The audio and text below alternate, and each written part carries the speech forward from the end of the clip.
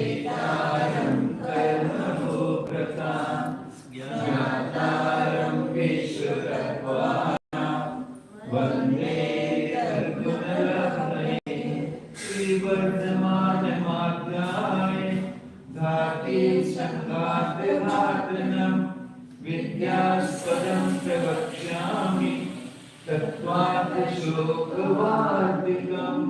श्री भगवान की देवादिदेव श्री आदिनाथ भगवान की परम पूज्य आचार्य श्री उमा स्वामी जी महाराज की परम पूज्य आचार्य श्री विद्यानंद स्वामी जी महाराज की परम पूज्य आचार्य श्री शांति सागर जी महाराज की परम पूज्य आचार्य श्री श्रीमती सागर जी महाराज की परम पूज्य आचार्य श्री अभिनंदन सागर जी महाराज की परम पूज्य आचार्य गुरुदेव सुंदर सागर जी महाराज की गुरुदेव समस्त भद्र स्वामी की समस्त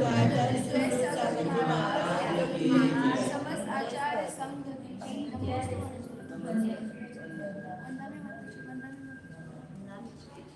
निर्देश 7 नंबर का सूत्र चल रहा है और वार्तिक 6 नंबर का वार्तिक चल रहा है। उसमें उस वार्तिक का भाष्य चल रहा है। 511 पेज नंबर हो गया था ना, ये नहीं ये चलेगा 511 पेज पर नीचे का पैराग्राफ प्रकरण क्या चल रहा था कि ये जो निर्देशाधिक है वे अर्थ रूप और ज्ञान रूप और शब्द रूप तीनों रूप में आते हैं। तो उसमें उन्होंने प्रश्न किया कि ये निर्देशाधिक किस प्रमाण के विशेष हैं। 5 ज्ञान है उसमें से किस प्रमाण के विशेष है। तो श्रुत के विशेष है कहेंगे तो आचार्यों को मान्य है। फिर कोई कहता है कि मति न श्रुत ज्ञान के हैं तो उस पर ये विचार चला करता कि मति पूर्वक होने से आप मति ज्ञान की कहेंगे तो अवधि ज्ञान मन परिज्ञान की भी माननी पड़ेगी। कभी कभी अवधि ज्ञान मन परिज्ञान के बाद भी श्रुत ज्ञान होता है। तो आचार्य ने कहा कि जब भी श्रुत ज्ञान होगा वो साक्षात अवधि ज्ञान मन परिपूर्वक नहीं होगा, उसमें अनिंद्रिय मति ज्ञान पूर्वक होगा। मतलब मानसिक मन जो है तो मन श्रुत ज्ञान पूर्वक होगा, मति ज्ञान पूर्वक श्रुत ज्ञान होगा। और अवधि ज्ञान मन परिज्ञान है उसके बाद में शब्द शुद्ध हो सकता है। जैसे केवल ज्ञान के द्वारा जान करके उनके जीवध्वनि कृत्य तो दो द्रव्य शुद्ध होता है। जैसे अवधि ज्ञान मन परिज्ञान के द्वारा जान करके मुनि राज्य वचनों के द्वारा बताते हैं तो अवधि ज्ञान मन परिपूर्वक शब्द शुद्ध हो सकता है। कि मुख्य रूप से ये सब शुद्ध ज्ञान की ही विशेष भेद है। आपको गौण रूप से या उपचार रूप से कहने का कुछ प्रयोजन नहीं है, इसलिए बाकी सब प्रमाणों को हटा करके शुद्ध ज्ञान प्रमाण की निर्देशाधिक विशेष है। ये बताया निर्देशाधिक भी ज्ञानात्मक लेना है। निर्देश स्वामित्व साधन अधिकरण केवल अर्थ स्वरूप नहीं वो ज्ञान स्वरूप भी है। तो ज्ञान स्वरूप ऐसे प्रमाण नहीं स्वरूप जो निर्देशाधिक है उनके द्वारा निर्देश योग्य जीवाधिकों का अधिगम होता है। तो दोनों स्वभाव बताया निर्देशाधिक का, एक प्रमाण नहीं स्वरूप भी है और अधिगम्य स्वभाव वाले मतलब जानने योग्य स्वभाव वाले अर्थ रूप भी निर्देशाधिक है। जीव बदलादि जो अर्थ है उसको क्या कहेंगे उदनीय है ना, जानने योग्य स्वभाव। तो निर्देश का जानने योग्य स्वभाव भी है। तो जानने योग्य स्वभाव के द्वारा जाने जाते हैं और जानने योग्य स्वभाव के द्वारा जानते हैं निर्देशाधिक। इस प्रकार ये प्रमाण रूप है और नए रूप है अभी बता रहे आगे 511 पेज पर नीचे का पड़ेगा। बहुत अच्छा मतलब विज्ञान के आचार्य का एकदम तर्क से अच्छा रहता नया चिंतन। ततः एव श्रुत एकदेश लक्षण न विशेषः च ते व्योतिष्ठन्ते। इसीलिए ततः एव इसीलिए ही मतलब श्रुत प्रमाण की विशेष है। इसीलिए ही श्रुत एकदेश लक्षण नहीं विशेषांश है।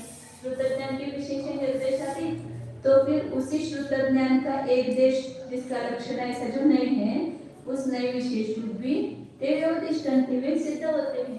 प्रमाण नयात्मक दोनों का है ना, निर्देशाधिक प्रमाण और नए स्वरूप ऐसे स्वभाव है उनका।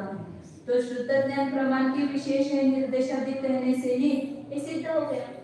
वो प्रमाण श्रुत ज्ञान प्रमाण स्वरूप है, प्रमाण की विशेष है और शुद्ध ज्ञान का एक देश जो नए है उस नए के भी वे विशेष है, ये बात सिद्ध होती है।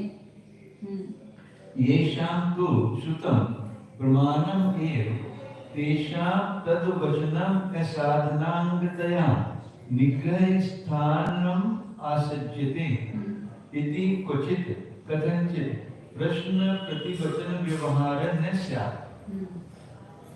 अब इसमें आचार्य ने तो ऐसे कह दिया कि मतलब नए किसके, नए जो है किस ज्ञान के भेद हैं, श्रुत प्रमाण के भेद हैं। मध्य ज्ञान में नए नहीं है और ज्ञान माना पर केवल ज्ञान में भी नए नहीं होते, नए किसमें होते, श्रुत ज्ञान में होते हैं। इसलिए वो श्रुत ज्ञान के भी नयात्मक श्रुत ज्ञान के भी वे विशेष है, निर्देशालय सिद्ध किया। अब कोई आचार्य ऐसे कहते हैं कि कोई मतलब मतवादी को या श्वेतांबरादि भी हो सकते हैं, तो ऐसा कहते हैं कि श्रुत ज्ञान प्रमाणात्मक है, ऐसा कहते हैं प्रमाणात्मक ही है, नयात्मक नहीं मानते, केवल प्रमाण स्वरूप ही मानते हैं। तो उनकी अपेक्षा से क्या दोष आता है वो बता रहे। येषां तु श्रुतं प्रमाणम् एव, येषां षष्ठी विभक्ति करते हैं ना, तो आप जिनके मत में ऐसा लगाना कभी भी, तो मत ऐसा आता है ना, तो समंत भद्र मतलब आपके मत में, ऐसे येषां मतलब जिनके मत में श्रुतं प्रमाणम् एव, षष्ठी होती है ना, षष्ठी में येषां होता है, षष्ठी यस्य ययोः येषां, तो हाँ शाम तक है ना, आम तक की षष्ठी समझना, आम प्रत्यय षष्ठी का। तो जिनके मत में श्रुत प्रमाण ही है, श्रुत ज्ञान नयात्मक में मतलब प्रमाण ही एक सर्वदा कारण प्रमाण ही है, उनके मत में क्या दोष आएगा, तेषां तद्वचनम असाधनांगतया, उनका वो वचन असाधनांग रूप होने से केवल प्रमाण रूप ही माना, तो फिर वचनात्मक श्रुत ज्ञान हुआ ही नहीं है और उसमें नहीं भी नहीं होंगे, तो फिर आपका जो वचन है वो असाधनांग हो गया। और असाधनांग मतलब साधन, साध्य को सिद्ध करने के लिए साधन का वचन कहते हैं ना, तो कोई वादी यदि अपने साधन को प्रस्तुत न कर सके तो उसका वो निग्रह स्थान होता है, पहले आता है ना इसमें अपन प्रमेय मात्र में निग्रह स्थान कितने बताए थे, 21 कितने बताए थे, निग्रह स्थान होता है मतलब दंड का स्थान होता है, निग्रह स्थान होता है मतलब वो उसका पराजय होता है, उस वादी का क्या होता है, पराजय होता है। वो साधन यदि नहीं बता पाए तो आपके श्रुतज्ञान प्रमाणात्मक है, तो आप साधन कैसे बता पाएंगे, क्योंकि वचनात्मक यदि बताएंगे तो वहाँ पर वो नए स्वरूप हो जाएगा, क्योंकि वचन सब नयात्मक ही होते हैं। मतलब प्रूफ समझते हैं, जैसे आपने को कोई बात सिद्ध करे तो प्रूफ दिखाते हैं। हाँ हाँ प्रूफ को बोलते हैं। हाँ मतलब एक अनुमान नाम का प्रमाण है, उस अनुमान में साध्य की साधन के द्वारा साध्य की सिद्धि होती है, उसको अनुमान कहते हैं। तो उसको साधन यदि न बता पाए, क्योंकि साधन सबसे इम्पोर्टेंट होता है, साधन नहीं बता पाया तो निग्रह स्थान को प्राप्त होता है। तो फिर कोई भी कहीं पर भी कथनचित मतलब किसी प्रकार से भी प्रश्न और उसका उत्तर व्यवहार नहीं होगा। कोई प्रश्न पूछा जो उत्तर दे, सब वचनात्मक और वचन सब नयात्मक है। अशुद्ध ज्ञान प्रमाण स्वरूप भी कहेंगे तो जैसे मध्य ज्ञान में वचन नहीं है और ज्ञान माना ज्ञान के ज्ञान में वचन नहीं है, ऐसे फिर वचन का अभाव हो जाएगा, कोई प्रश्न उत्तर ही नहीं हो पाएगा यदि आप केवल शुद्ध ज्ञान को प्रमाण रूप स्वीकार करेंगे तो। स्वपरार्थमानात्मकः असौ इति चेत् न तस्य सर्वत्र तत्त्ववद्वृत्तेः अत्यन्तपरोक्षेषु अर्थेषु तद् अभावसंगात्। क्या प्रश्न? शुद्ध ज्ञान प्रमाण ही है समान, तो क्या दोष है बता रहे?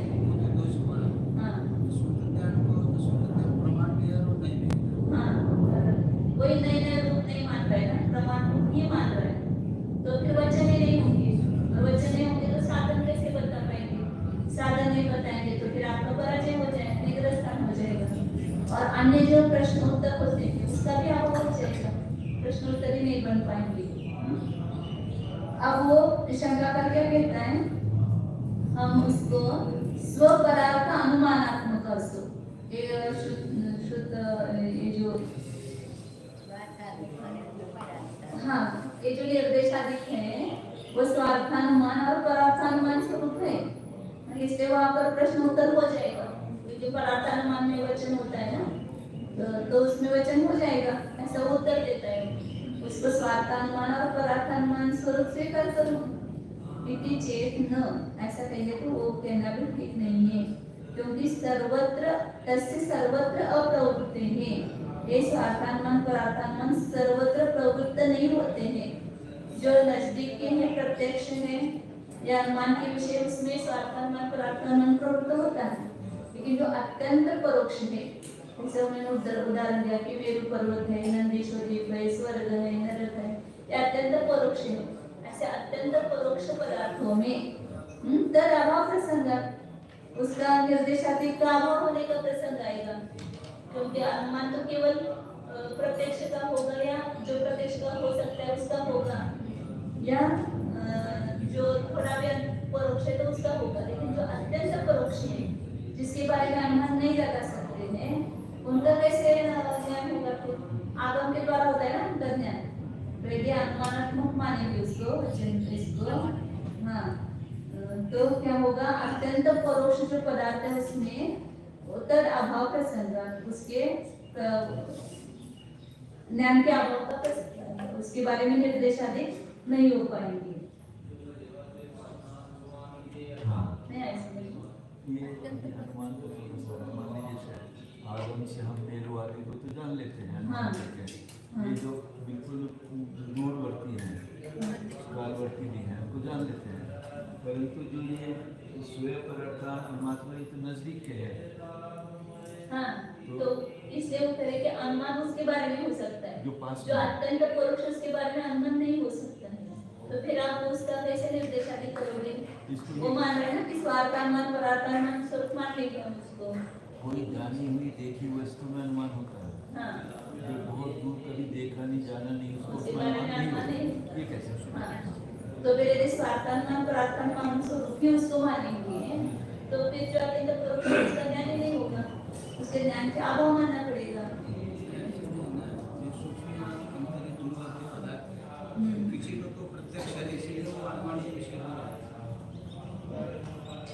वो अनुमान के विषय हो रहे हैं, लेकिन जो अत्यंत परोक्ष है, यहाँ क्या प्रश्न चल रहा है? निर्देशाधिक को श्रुत ज्ञान को मान लिया, श्रुत ज्ञान प्रमाणात्मक ही मान रहे हैं, न्यायात्मक नहीं मान रहे। तो न्यायात्मक नहीं मानेंगे तो प्रश्नोत्तर नहीं हो पाएंगे, प्रश्नोत्तर नहीं हो पाए तो बोले ठीक है नहीं होंगे तो नहीं होंगे, हमने उसको सार्थानुमान परार्थानुमान को मान लिया है।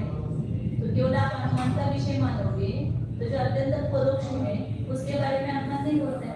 जो अत्यंत परोक्ष दूरवर्ती नदीश्वर द्वीप है, आप तो आगम से जानते हैं ना उसको, उसका अनुमान क्या करेंगे? असंख्य द्वीप समुद्र, इसका क्या अनुमान करोगे? असंख्य द्वीप समुद्र है, इसका अनुमान होता है क्या? ये तो आगम के द्वारा ही जानते हैं ना। धर्म द्रव्य अधर्म द्रव्य है, ये आगम को सुन करके फिर हम अनुमान लगा सकते हो। लेकिन जैसे स्वर्ग नरक के बारे में आगम के द्वारा हमने पढ़ा कि स्वर्ग है नरक है, फिर आप अनुमान से जान लेते हो कि हाँ बराबर है, क्योंकि कोई ना कोई पाप का फल देने का स्थान होना चाहिए और इतना पुण्य तो उसका भी स्थान होना चाहिए, फिर उसका अनुमान लगाते हैं। लेकिन आगम के द्वारा जान करके फिर अनुमान लगाते हैं, और इसमें तो अनुमान हो ही नहीं सकता है। नंदीश्वर के पाद में क्या अनुमान लगाते? ऐसा क्या कोई समुद्र, इसमें क्या अनुमान लगाते?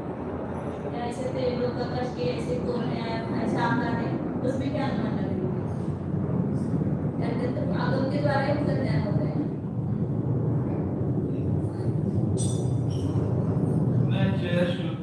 अन्यदेव स्वार्थानुमानं मतिपूर्वकं परार्थानुमानं चैति तद्भेदत्वं इष्टम् एव निर्देशादिना। श्रुतान अन्यदेव स्वार्थानुमान, श्रुत ज्ञान से अन्य ही स्वार्थानुमान है, मतिपूर्वक परार्थानुमान है, ऐसा नहीं है। ऐसा लगा, ऐसा वो कह रहे, शंकाकार क्या कह रहे हैं?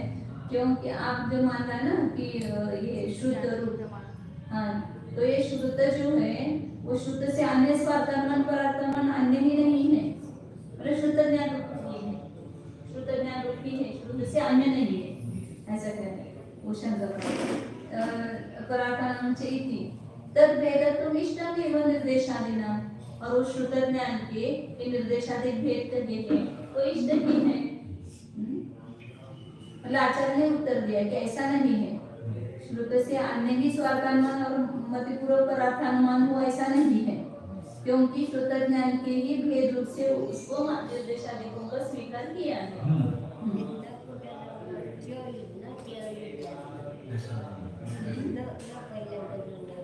हाँ, श्रुतात् अन्यदेव स्वार्थानुमानं मतिपूर्वक परार्थानुमानं च इति न। श्रुत से अन्य ही स्वार्थानुमान है और मतिपूर्वक परार्थानुमान है ऐसा नहीं है, क्योंकि उसको तद्भेदत्व मिश्रमेव निर्देशादिकों को उसके भेद रूप से श्रुत ज्ञान के भेद रूप से माना ही स्वीकार किया ही है। स्वार्थानुमान और परार्थानुमान के भेद रूप से उसको भी स्वीकार किया ही है निर्देशादिक को भी। प्रामाण्यं पुनः श्रुतस्य अग्रे समर्थिष्यते इति न इह प्रतन्यते। श्रुत ज्ञान अब प्रमाणात्मक है, उसमें प्रामाण्य है, इसकी बात तो हम आगे जब श्रुत ज्ञान का विषय आएगा तो समर्थन करने वाले हैं, इसलिए यहाँ पर उसका विस्तार नहीं करते हैं। तो श्रुत ज्ञान में प्रमाणता सिद्ध करने वाले आगे तो यहाँ करने की जरूरत नहीं है। श्रुत ज्ञान प्रमाणात्मक है ये बात सिद्ध करने की आगे सिद्ध करने वाले इसलिए यहाँ नहीं सिद्ध करते हैं, लेकिन श्रुत ज्ञान की ही एक नई जो विशेष है वो श्रुत ज्ञान की ही है और ये निर्देशाधिक प्रमाणात्मक भी है और नयात्मक भी है, ये सिद्ध करना। इसी कारण से श्रुत ज्ञान के एक देश स्वरूप नयों के विशेष भी निर्देश आदि व्यवस्थित हो रहे हैं, अर्थात निर्देश आदिकों को श्रुत ज्ञान रूप मानने पर ही वे नए स्वरूप भी हो सकते हैं। श्रुत ज्ञान रूप स्वीकार कर लिया, मत ज्ञान रूप मानेंगे तो नए विशेष कैसे होंगे? श्रुत ज्ञान रूप मान लिया तो नए स्वरूप भी नए हो सकते हैं, अन्यथा अति प्रसन्न हो जाएगा।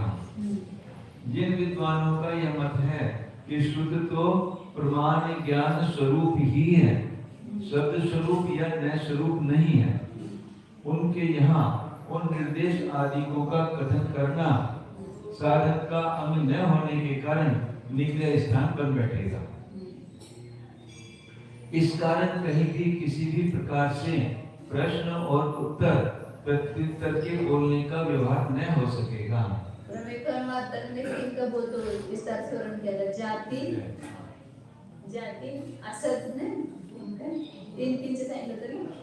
जाती निग्रहस्थान आणि असद उत्तर तीन दोष है ना, उसका बोल विस्तार से बोला सकते कितने कितने प्रकार के उसके किस प्रकार के तो कैसे निग्रहस्थान होता है।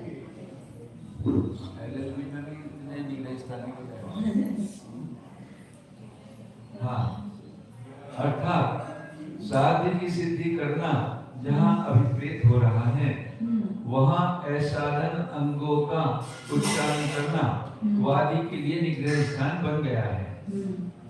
ज्ञान तो बोला नहीं जा सकता, शब्द ही कहा जाएगा, सो उन्होंने शुद्ध स्वरूप नहीं माना। ऐसी दशा में प्रश्न का वचन और उसके उत्तर का वचन श्रोता और वक्ताओं के लिए निग्रह प्राप्ति के प्रयोजक हो जाएंगे। यदि इस पर कोई योग कहे कि वह प्रश्नोत्तर व्यवहार तो स्वरूप रूप नहीं है, किंतु स्वार्थानुमान और परार्थानुमान स्वरूप है, वक्ता का वचन स्वार्थानुमान है और श्रोता का वचन व्यवहार परार्थानुमान है, तो आचार्य कहते कि यह तो न कहना, क्योंकि दृष्टांत में ग्रहित की गई अन्य व्याप्तियां व्यतिरेक व्याप्ति की भित्ति पर उठने वाले उस अनुमान की सभी स्थलों पर प्रवृत्ति होना नहीं मानी गई है।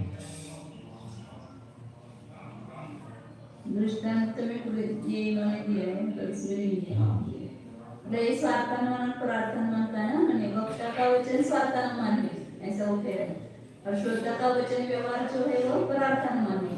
वक्ता जो स्वयं के लिए करता है वो ऐसा नहीं है, वो स्वार्थानुमान तो ज्ञानात्मक होता है, वचनात्मक नहीं होता है, और परार्थानुमान ही ज्ञानात्मक और वचनात्मक होता है। परार्थानुमान ज्ञानात्मक तब होगा कि जब वक्ता के मुख से निकले उपदेश से जब श्रोता सुन लेता है, और समझ लेता है तो ज्ञानात्मक परार्थन मान। और जो वक्ता ने बोले हुए वचन है वो वचनात्मक परार्थन मान। उस वचनात्मक परार्थन मान को ही वो वचनात्मक स्वार्थन मान कह रहे। हाँ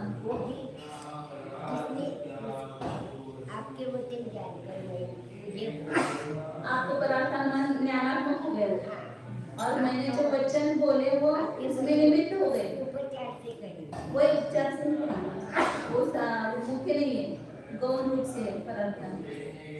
स्वार्थानुमान मतलब स्वयं को जो साध्य साधन से साध्य का ज्ञान होता है स्वार्थानुमान। और जो वक्ता के उपदेश से पर के उपदेश से साधन से साध्य का सुनारोप उपदेश उससे जो दूसरे को ज्ञान होता है वो परार्थानुमान कहा जाता है। और उस परार्थानुमान कारणभूत मेरे वचन या जो वक्ता के वचन है उसको भी उपचार से परार्थानुमान कहते हैं।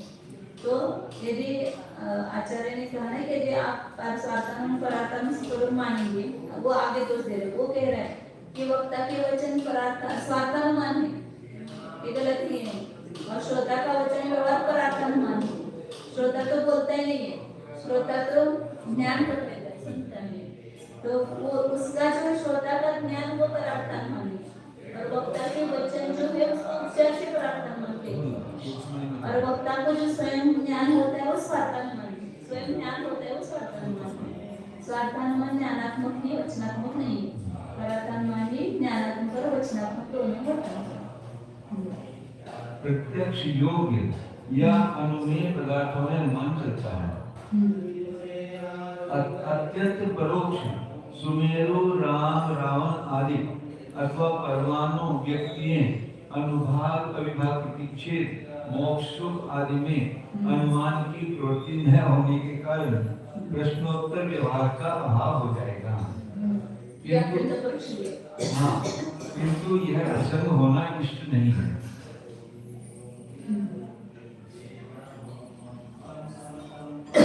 वचनों के द्वारा उक्त पदार्थों का आगम ज्ञान होता है। आगम से ज्ञान होता है। आगम से तो होता है क्योंकि वचनों द्वारा उक्त पदार्थों का आगम ज्ञान होता है। दूसरी बात यह है कि निर्देश स्वामित्व आदि वचन व्यवहारों को अनुमान स्वरूप भी माना जाए तो भी कोई क्षति नहीं है। हमारा ही सिद्धांत आया। मैं अनुमान प्रतिज्ञान स्वरूप या सूत्रज्ञान स्वरूप जब साधन और साध्य की भेद विवक्षा करने पर उत्पन्न हुआ अनुमान तो सूत्रज्ञान स्वरूप ही है। वो एकांत कर रहा है ना प्रमाण का, उसका खंडन करके प्रमाण स्वरूप भी है न स्वरूप भी। मति को कारण मानकर होने वाले स्वार्थानुमान और परार्थानुमान दोनों शुद्ध ज्ञान से भिन्न नहीं है। ये आचार्य कह रहे हैं शुद्ध ज्ञान से भिन्न नहीं है। यानी अर्थ से अर्थांतर का ज्ञान होना शुद्ध ज्ञान है और साधन से साध्य का ज्ञान होना तो वो शुद्ध ज्ञान नहीं होगा। साधन से साध्य का ज्ञान होना अनुमान है।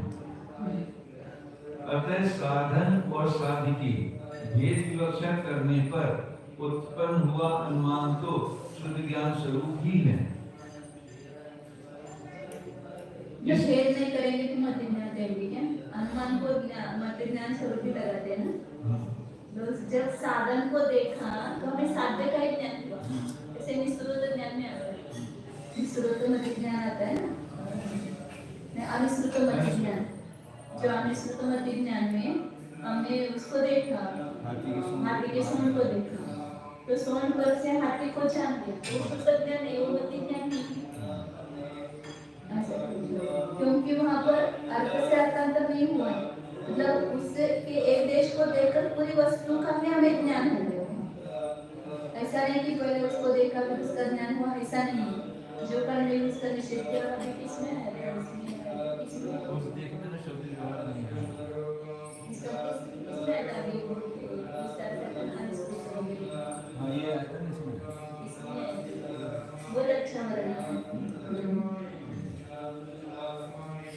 मतलब वो मध्य ज्ञान और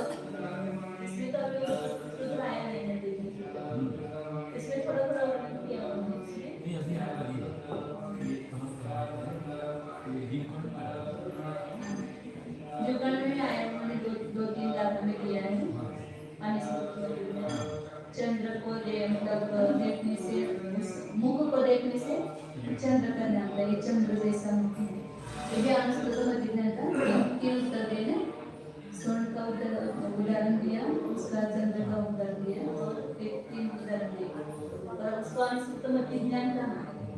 ऐसे ये जो है साध्य से साधन का ज्ञान होता है। तो अभेद रूप जब लेंगे तो मति ज्ञान होगा, फिर वो दोनों में भेद रूप से देखेगा कि साध्य का ज्ञान और साधन का ज्ञान, वो शुद्ध ज्ञान है। ऐसा बता रहे हैं कि साधन और साध्य की भेद विवक्षा करने पर उत्पन्न हुआ अनुमान तो शुद्ध ज्ञान स्वरूप ही है। इस कारण निर्देशात्मक को उस ज्ञान का भेद बना ही इष्ट किया गया है। रहा शुद्ध ज्ञान के प्रमाणपत्र का निर्णय, सो तो शुद्ध ज्ञान की प्रमाणता का फिर अग्रिम ग्रंथ में समर्थन कर दिया जाएगा। इस प्रकरण में विस्तार हो जाने के भय से दूसरा प्रमाणपत्र का प्रकरण नहीं कराया जाता है। उन्होंने ये स्मृति प्रतिबिंबांतर का अनुमान मैंने पूछा था कि मति ज्ञानात्मक है कि शुद्ध ज्ञानात्मक है, तो दोनों सत्य हैं। आगम को छोड़, आगम तो शुद्ध ज्ञान होगा, लेकिन स्मृति प्रतिबिंबांतर का अनुमान मति ज्ञान हो गया वो शुद्ध ज्ञान होगा, ऐसा बताया था। इन विशेष इतना नहीं बताया था। तो जब हम उसमें एक पदार्थ से दूसरे पदार्थ तक ऐसा नहीं लेंगे तो उसको मति ज्ञान नहीं, और जब वो इस मति ज्ञान की परोक्ष है ना, शुद्ध ज्ञान की परोक्ष है, तो दोनों में आ सकते हैं ऐसा। तो सामान्य रूप होंगे तो मति ज्ञान होंगे, तो उसका उससे जो विशेष ज्ञान होगा तो वो शुद्ध ज्ञान कर्मस्थः पुनः अधिगमः अर्थानाम् अधिगम्यमानानां स्वभावभूतैः एव निर्देशादिभिः आसन्नैः एकदेशाभ्यां प्रमाण न विषयैः व्यवस्थाप्यते। अब दूसरा दो बताए ना, स्वभाव के निर्देशादि के, एक में प्रमाण नहीं स्वरूप, प्रमाण नहीं स्वभाव है, और एक अधिगम्य मान मतलब जाने गए कर्म, कर्म नहीं स्वभाव। तो जो कर्म में स्थित अधिगम है, कर्मस्थ अधिगम है, कर्म रूप से स्थित जो अधिगम ज्ञान है, वह अर्थानाम अधिगम्यमानानाम, जो जाने जाने वाले अधिगम्यमान, ये कर्मणि वर्तमान कालवाच्य विशेषण है, तो जाने जाने वाले ऐसे जो पदार्थ हैं उनके स्वभावभूत ही एवं निर्देशादित, उनके स्वभावभूत जो निर्देशादित हैं उनके द्वारा ही संपूर्ण रूप से या एक देश के द्वारा प्रमाण नए विषय, प्रमाण और नए के विषय रूप से स्थापन किए जाते हैं। मतलब प्रमाण और नए के द्वारा अधिगम होता है, प्रमाण और नए स्वरूप निर्देश आदि के द्वारा अधिगम होता है। किनका अधिगम होता है कि जो जाने जाने वाले जो पदार्थ है उनका निर्देश आदि के स्वभाव है, और उस मतलब जीव का निर्देश हो सकता है, जीव का स्वामित्व, जीव का साधन, ये सब जानने योग्य है ना, जाने जाते हैं, तो इससे उसको कर्म स्वभाव कहा। निर्देशादि कर्म स्वभाव निर्देशादि, निर्देश जैसे शब्द अर्थ और ज्ञान सब में करते, ऐसे निर्देश में भी करना। तो ज्ञान निर्देश के द्वारा जाने जाएंगे, और किसको जानेंगे तो जो अर्थ निर्देश है उसको जानते हैं। तो अर्थ निर्देश का स्वभाव हो गया ना, तो उस स्वभाव के द्वारा वे जाने जाते हैं। तो स्वभावभूत निर्देश आदि के द्वारा जाने जाने वाले ऐसे स्वभावभूत निर्देश आदि के द्वारा संपूर्ण रूप से या एक देश रूप से प्रमाण और नए के विषय रूप से, प्रमाण और नए विषय ही हो गए, और ये अधिगम्य मानना जाने जाने वाले वो विषय हो गए। विषय और विषय समझना चाहिए, ज्ञान और ज्ञान का विषय, ज्ञान विषय कहा जाता है, और उस वो ज्ञान जिसको जानता है वो विषय हो गया। तो ज्ञान प्रमाण में स्वरूप निर्देश ज्ञान हो गया, और किसको जान रहे हैं, जीवादि पदार्थों को जान रहे हैं। तो जीवादि पदार्थ क्या हो गए, विषय हो गए, तो जानने योग्य प्रमाण नहीं के विषय हो गए। तो विषय रूप ये निर्देशाधिक हो गए, मतलब निर्देशाधिक विषय भी है और निर्देशाधिक विषय भी है, निर्देश विषय भी है और विषय भी। बहुत अच्छा समझ में आया इस बार में, मतलब ये कभी ऐसा लगाया नहीं था। हाँ? ज्ञानात्मक पण घेतला आणि अर्थात्मक पण घेतला. तर अर्थात्मक जे आहे ते जाणले जातात आणि ज्ञानात्मक जे आहे ते जाणतात. ते जीवाला जाणणारं ज्ञान ते जीवाला जाणते असं तो उपयोग आहे. जीवाला जाणणारं जे ज्ञान त्याला ज्ञान निर्देश म्हटलं आणि जे जीव ज्याला जाणतं ते अर्थ निर्देश आहे. तीन प्रकार केले ना, शब्द अर्थ आणि ज्ञान. तर दोन शब्दाचे बाजू ठेवले, फक्त अर्थ आणि ज्ञान दोन सोबत. त्यांनी सांगितलं ना की कोणत्या स्वभावाने निर्देशाधिक आहे, कुठले स्वभावाले निर्देशाधिक आहेत असा प्रश्न केला होता ना. तर त्याचे दोन स्वभाव सिद्ध केले, प्रमाणमय स्वरूप आणि जाणण्यायोग्य स्वभाव. जाणण्यायोग्य स्वभाव ते कर्म आहे आणि जाणलं त्याच्यानं ते करण साधन आहे, म्हणजे करण स्वभाव आहे त्याचा. करण स्वभाव आणि कर्म स्वभाव असे दोन स्वरूप केले. करण स्वभाव और कर्म स्वभाव. निर्देशाधिक करण स्वभाव भी है और कर्म स्वभाव भी है. करण मतलब जानने, जिसके द्वारा जानते हैं, प्रमाणमय स्वरूप निर्देशाधिक के द्वारा जानते हैं, और जो अधिगम्यमान तो जाने जा रहे हैं ऐसे निर्देशाधिक को जानते हैं. कर्म स्वभाव निर्देशाधिक को जानते हैं. कर्म तो जानने योग्य वस्तु है. हाँ. अच्छा, और स्वभाव उसका वस्तु का स्वभाव के द्वारा और निर्देशादि के द्वारा ये करण साधन है. हाँ. निर्देश को मैंने निर्देश है, एक ही स्वभाव वाला है ऐसा कहा. तो निर्देश के दो स्वभाव हुए. सरल भाषा में कहे तो ज्ञान भी स्वभाव हो गया और ज्ञान स्वभाव.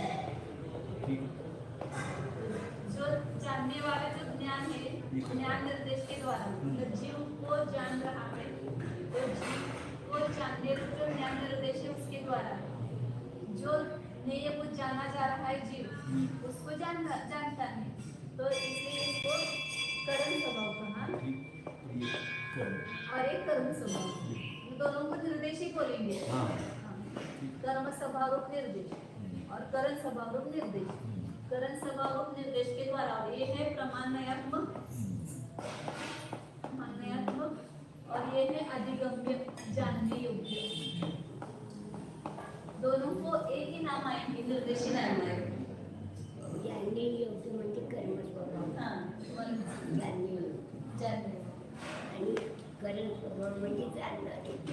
ज्याच्याद्वारे जाणतो आपण ते करण स्वभाव. प्रमाणयाच्याद्वारे जाणतो ते प्रमाणयात्मक निर्देश आहे. म्हणजे जीवाला जाणारे जे ज्ञान त्याला पण ते नाव येणार.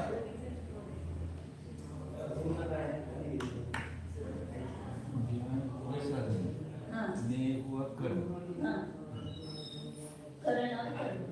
करण स्वभाव और कर्म स्वभाव. कर्म स्वभाव और करण स्वभाव कौन है? प्रमाणय स्वरूप. और ये शुद्ध ज्ञान है. और ये विषयी और ये पण असं लिहायचं, विषयी आणि विषय.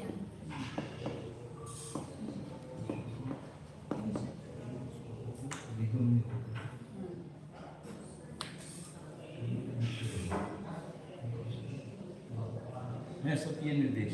हाँ, सबको निर्देश बोलिए. करण स्वभाव निर्देश के द्वारा कर्म स्वभाव निर्देश को जानते हैं. स्वामी तो भी ऐसे ऐसे मतलब ज्ञान के द्वारा ज्ञान को जानते हैं. तो ज्ञान को भी निर्देश कर, ज्ञान को भी निर्देश कर. ज्ञान हाँ. कर्म स्वभाव म्हणजे जानणे योग्य पदार्थ. जानणे योग्य पदार्थ. त्याला पण निर्देश नाव दिलं. जीव आहे, जीवाला जाणतं ते पण निर्देश अर्थ निर्देश. निर्देश मानत्वादिभिः एव धर्मे हि अर्थानाम अभिगति सूचिते. कर्मत्व कर्मत्वात् तेषां कथं करणत्वेन घटना इति चेत् तद्भेद प्रतीते है.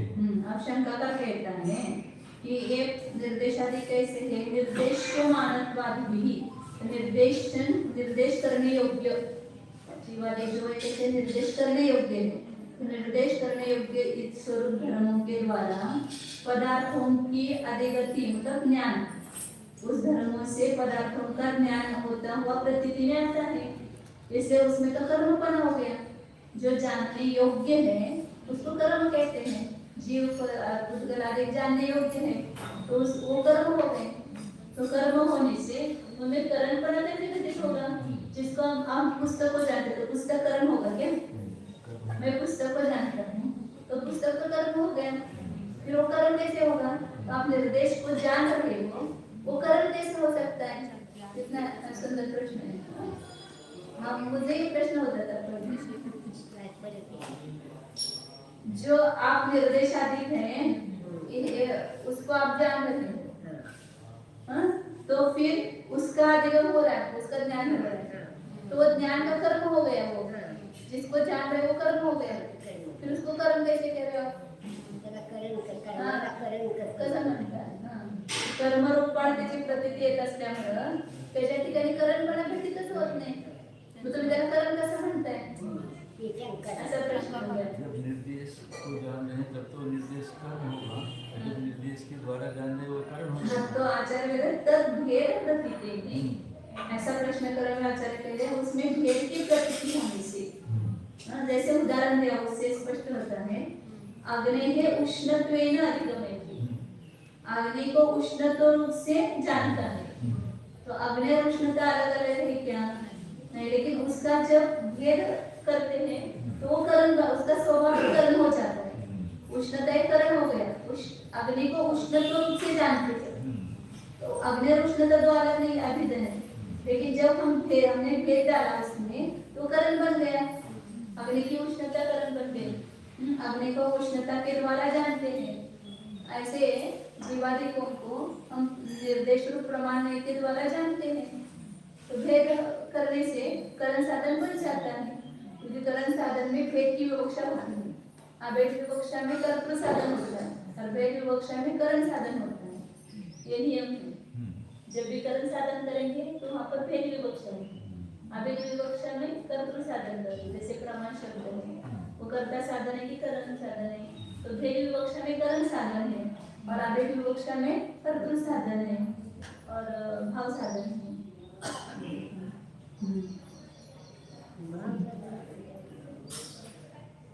अभेद बोलायचं ना,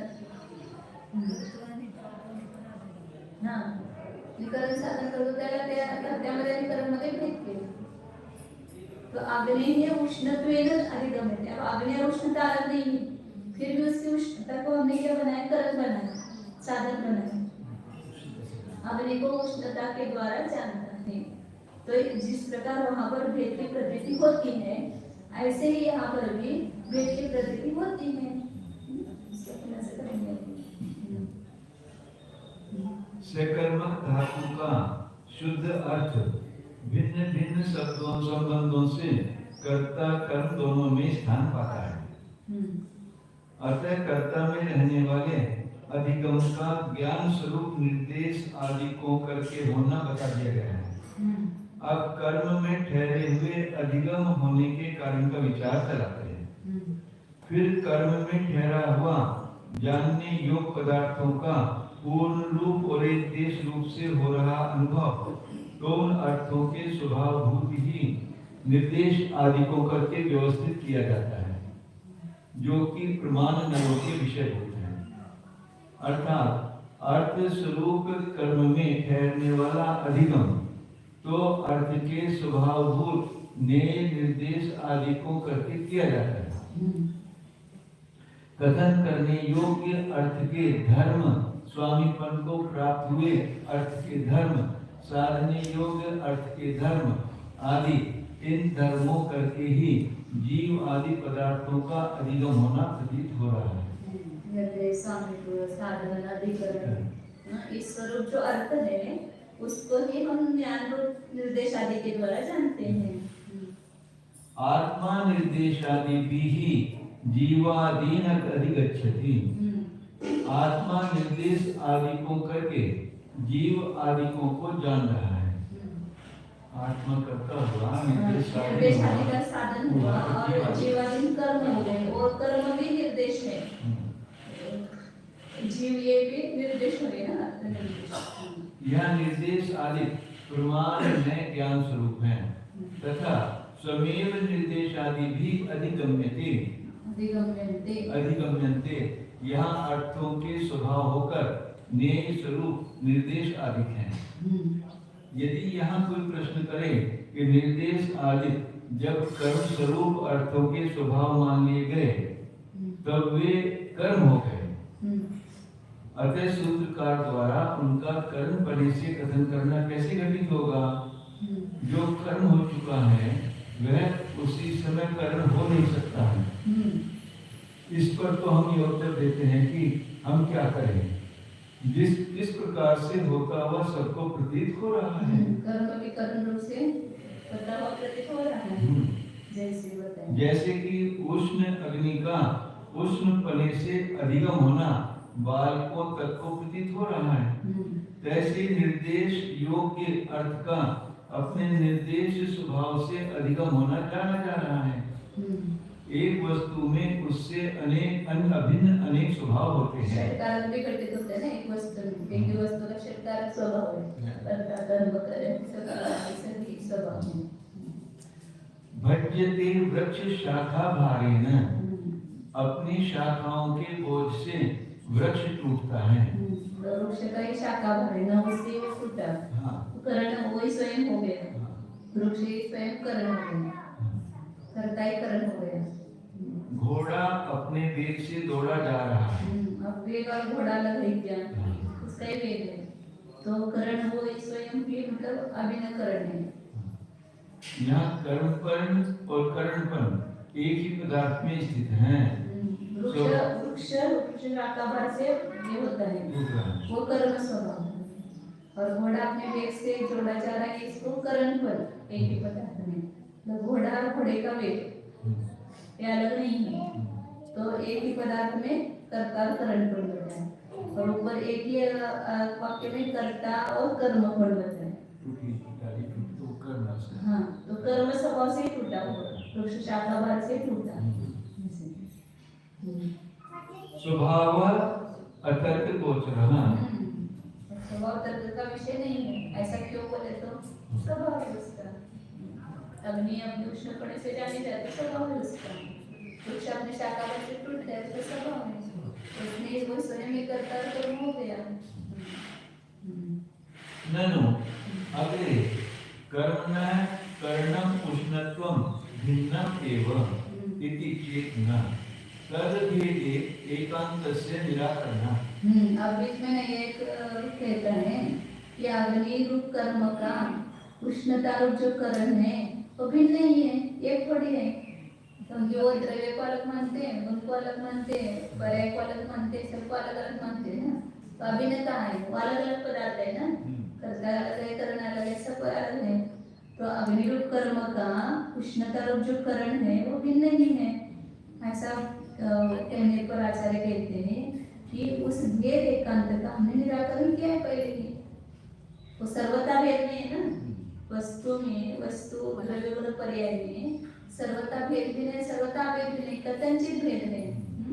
तो सर्वथा मतलब भेद एकांत का निराकरण हमने पहले किया है। द्रव्य सामान्य विशेष इनमें सर्वथा भेद नहीं है, कथनचित भेद। कथनचित भेदः तु समान अन्यत्र, और कथनचित भेद है तो दूसरे में भी समान है, मतलब कर्ता कर्म में या करण और कर्म में कथनचित भेद है, तो यहाँ पर भी निर्देशादि में कथनचित भेद है, इसलिए उस कर्म का उसका कर्म रूप से निर्देश किया है। नहीं निर्देशत्व आदयः धर्मः करन्तया समभिधीयमानः जीवादेः कर्मणः पर्याय अर्थात् भिन्नः न इष्यन्ते। निर्देशत्वादि जो धर्म है वे करण रूप से कहे जाने वाले जीवादि कर्म से पर्यायिक नहीं से भिन्न नहीं, इष्ट नहीं है, ऐसा नहीं, इष्ट है, भिन्न न इष्टन्ते न लावायचं। निर्देशत्वादि धर्म करण रूप से जाने जा रहे हैं, इसको जान रहे हैं जीवादि कर्म को, तो उस करण से कर्म का कथनचित भेद है, पर्यायिक नहीं से भेद है, भिन्न इष्ट नहीं, ऐसा नहीं, इष्ट है, मतलब भिन्न है। परार्थिक नय की अपेक्षा से जानने वाले निर्देश अधिक अलग है और जो जाने जा रहे निर्देश वो अलग है, उनमें कथनचित भेद है। कर्म स्वभाव और करण स्वभाव अलग है ना। और हाँ भेद है और किसके इससे नहीं है भेद? द्रव्यार्थिक नय से भेद नहीं है। अब बता रहे हैं द्रव्यार्थ तो तत्त तेषां भेदयति। हाँ द्रव्य अर्थात तो ततः तेषां अभेदे अपि भेदोपचारात् कर्म करण निर्देश घटना इति केचित्। और द्रव्यार्थिक नय से तो उनमें अभेद होने पर जो निर्देशक वाले जो कर्म रूप से कहे गए और कर्म रूप जो है उनमें अभेद होने पर भेद का उपचार होने से कर्म और करण निर्देश की घटना होती है। ऐसा कोई कहते तो हमको भी मान्य है, उसका खंडन नहीं किया आचार्य ने। यदि केचित तो ऐसा कोई कहते हैं तो ठीक ही है, हमारे मान्य ही है। द्रव्यार्थिक नय से अभेद है और उसमें भेद का उपचार करके उसमें कर्म और करण से दो भेद किए तो हमको मान्य नहीं।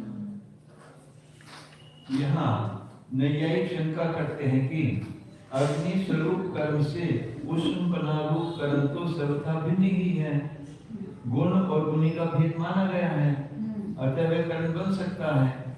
आचार्य ना आत्मा अलग ज्ञान अलग हाँ। ऐसे मानते हैं एक दो, तो उनका खंडन किया है पहले।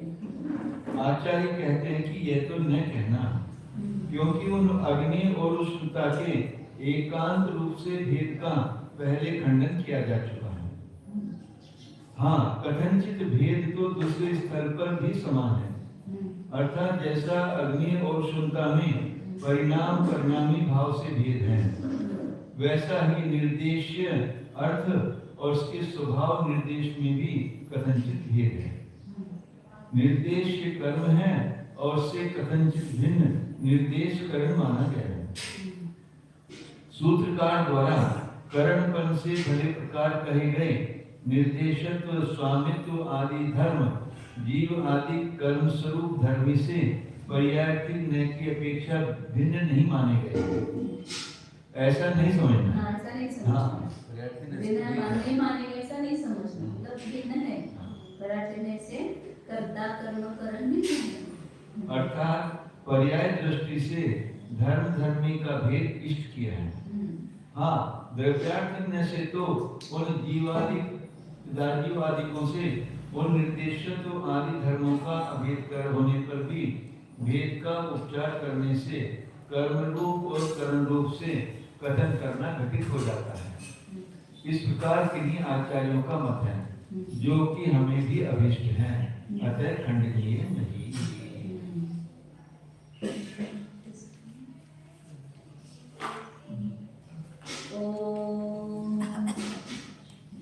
अच्छा नया नया विषय आता तो अच्छा चिंतन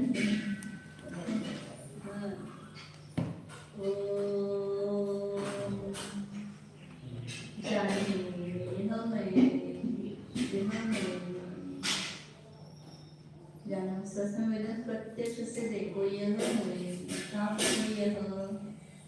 भीतर यह जो प्रकृति में आ रहा है, अनुभव में आ रहा है, क्या अनुभव में आ रहा है? अनुभव ही अनुभव में आ रहा है। ज्ञान रूप से प्रतीति हो रही है, ज्ञान रूप से जिसकी प्रतीति हो रही है यही मैं हूँ।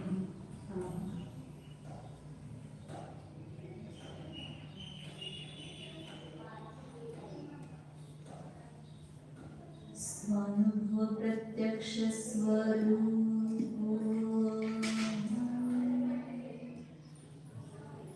अखंड ज्ञान स्वरूप अनाद्यनंत चैतन्य स्वरूप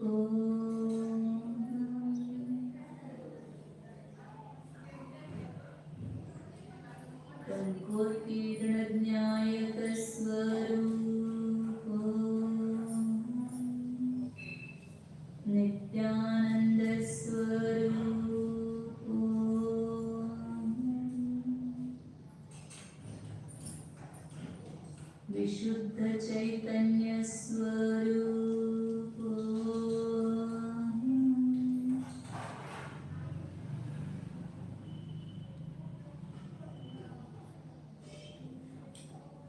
अचिंत्य शक्ति स्वरूप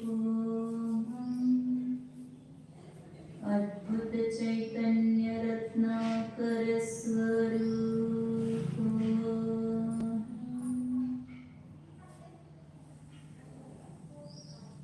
शुद्धोऽहम् एकोऽहम् ध्रुवम्